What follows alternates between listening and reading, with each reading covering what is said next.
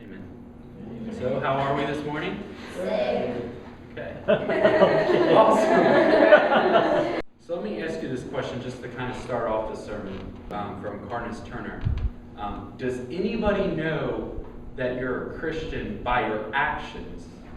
Or do people think that you're a Christian because you're acting?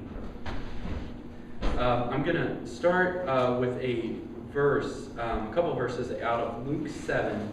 We're going to go to 36 to about 40. You don't have to turn there. Matt Chandler, one of my favorite pastors, just spoke about this recently, and I had always overlooked it. It's about Jesus anointed by a sinful woman. It says, "Now one of the Pharisees invited Jesus to have dinner with him. So he went out to the Pharisee's house and reclined at the table. When a woman who had lived a sinful life in that town learned that Jesus was eating at the Pharisee's house, she brought an alabaster jar of perfume. And as she stood behind him at his feet weeping, she began to wet his feet with her tears.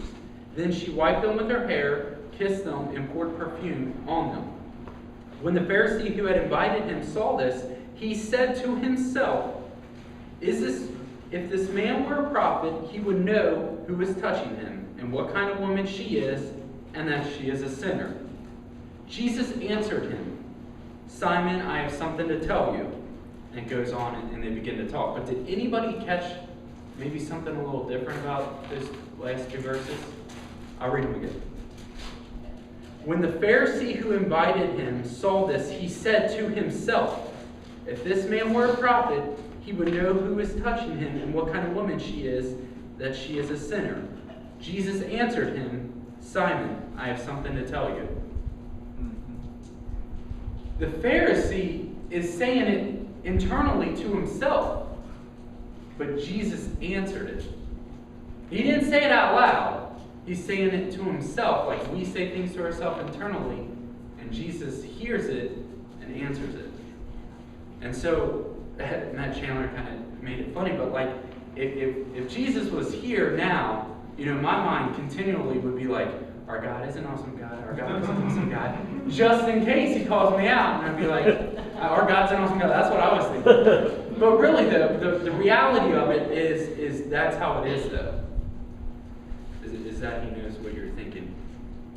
And so when Matt asked me to give a sermon about tearing the walls down, at first I said absolutely. But the more I got to thinking about it, I had to ask myself, like, what demographic am I going to be speaking to? Does anybody know what the word demographic means? No? There we go. College. It's a relative area of people that it's going to be you present to. Exactly, perfect. According to dictionary.com, a demographic is a section of population sharing common characteristics such as age, sex, class. So our demographic here is male and female, and the age ranging from young to Joe. So, we have a wide demographic here. And so through life, I'm going to speak relative to my growing up in age. And so in the idea of walls. So as babies in the womb and then out of the womb, we don't understand what a wall is. I mean, in the womb, we are walled in, but we have no concept of what a physical wall could be. And then as a child, we grow up, and as a child, I understood that walls separated one room from another. I knew not to color on the walls. So whenever I was able to build a fort as a kid, it didn't matter what was inside of the fort. As a kid building a fort, I just wanted those walls on the outside because I didn't want the walls to be so low that my dog could just run in. I wanted to block my dog out. And could the walls be high enough that my parents wouldn't see me if I wanted to hide inside my fort?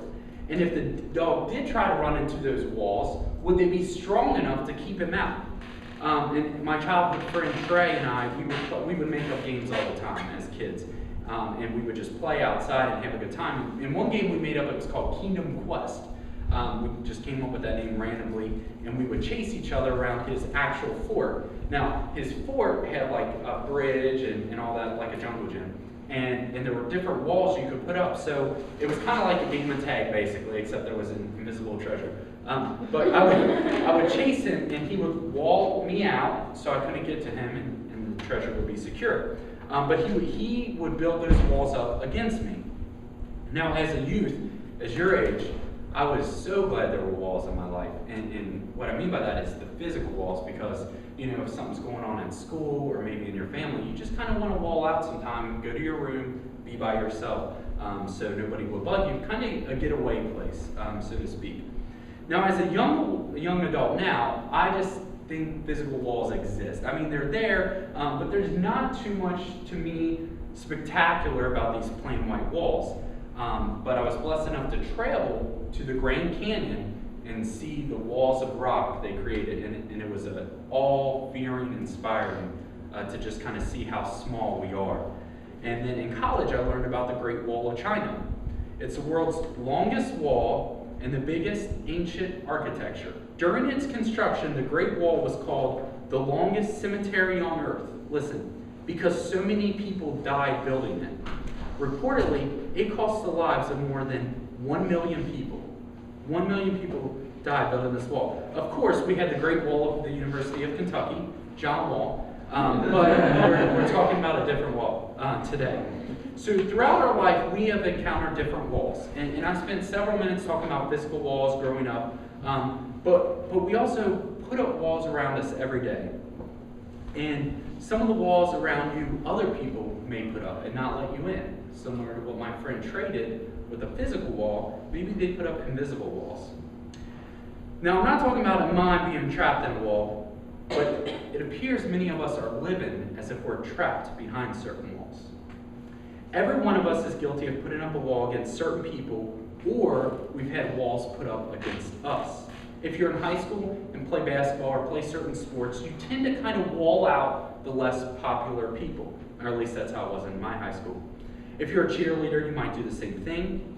If you're not as social as others, you may put up walls against the social people because you don't like confrontation or that social interaction. Personally, for me, I build up walls against people who may appear less fortunate than I am, people who intimidate me, and people who I just don't want to talk to.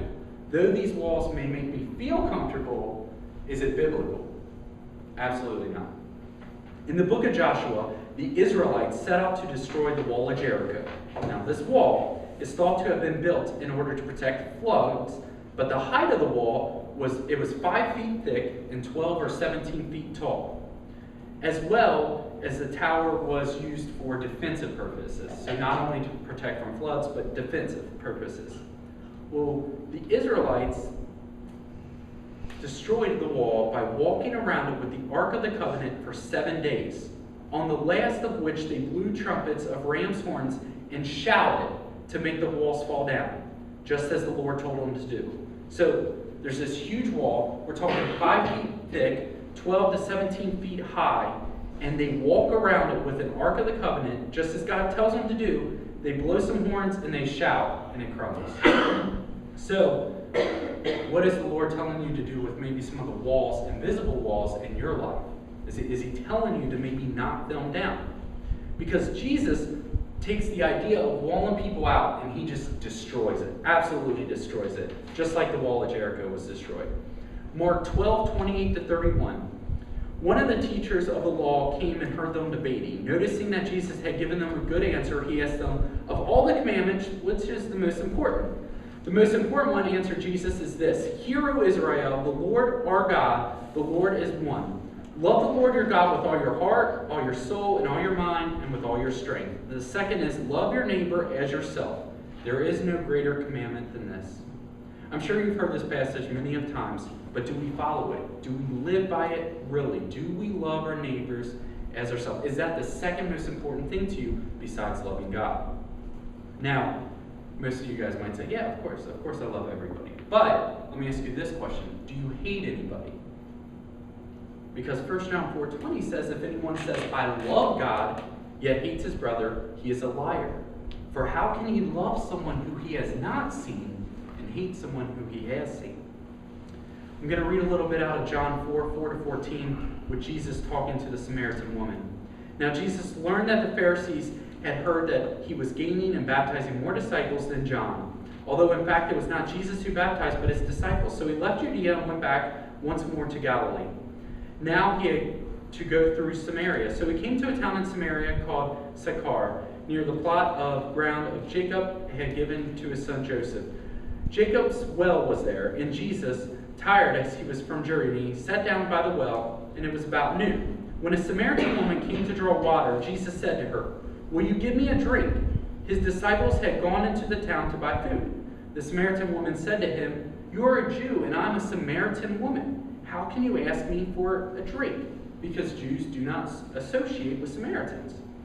Jesus answered her, "If you knew the gift of God and who it is that asks you for a drink, you would have asked him, and he would have given you living water."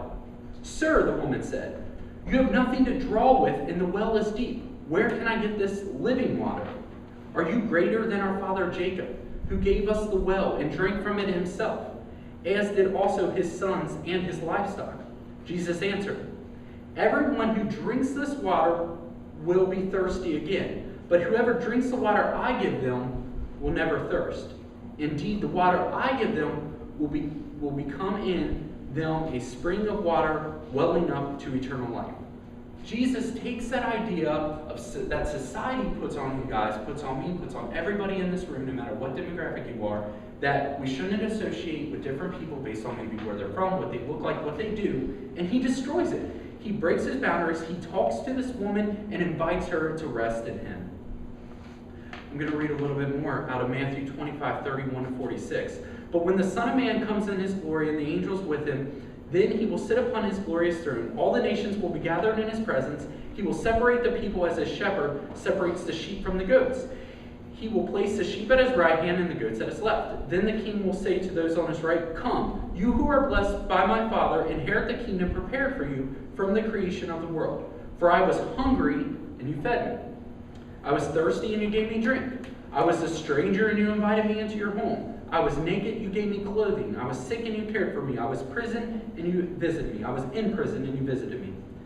Then these righteous ones will reply, 'Lord, when did we ever see you hungry, or feed you, or thirsty, and give you something to drink, or a stranger, and show you hospitality, or naked, and give you clothing? When did we ever see you sick, or in prison, and visit you?' And the king will say, 'I tell you the truth. When you did it to one of the least of my brothers and sisters, you were doing it to me.'" So how often do we just bypass people that maybe we see that might need a drink, or might need some food, or maybe just someone to talk to, and just bypass to make us comfortable? But when you sin continually, and you're a slave to the sin inside of you, you're building up a wall against Jesus. And you're saying, "Jesus, you cannot fill this hole in my heart, but these drugs can." Or, "Jesus, you cannot give me pleasure, but this sex will." Or, "Jesus, you're no fun, but this alcohol is." And what is the result? It's the same thing it was for Solomon. It is for you. Everything under the sun is meaningless. So if you keep building up walls against him, he's going to block you out. And you might be saying, no, that's not the God of the Bible I read. Well, I read Psalm 66, and the psalmist says, "Come and hear, all you who fear God, and let me tell you what he has done for me. I cried out to him with my mouth. His praise was on my tongue. If I had cherished sin in my heart, the Lord would not have listened. But God has surely listened and has heard my prayer. Praise be to God." Do you hear that? If I had cherished sin in my heart, he wouldn't have listened. If you cherish sin in your heart, why should he listen? And when he doesn't listen and we go our own way, we block out Jesus because we love our sin too much, we put up those walls against Christ, his wrath is on him. And that's the reality of it. It's Romans 1:21-25. "For although they knew God, they did not honor him as God or give thanks to him. But they became futile in their thinking, foolish in their hearts, and their hearts were darkened. Claiming to be wise, they became fools, exchanged the glory of the immortal God for images resembling mortal man and birds and animals and creeping things. Therefore God gave them up in their lust of their hearts to impurity, to dishonoring their bodies among themselves, because they exchanged the truth of God for a lie and worshiped and served the creature rather than the Creator."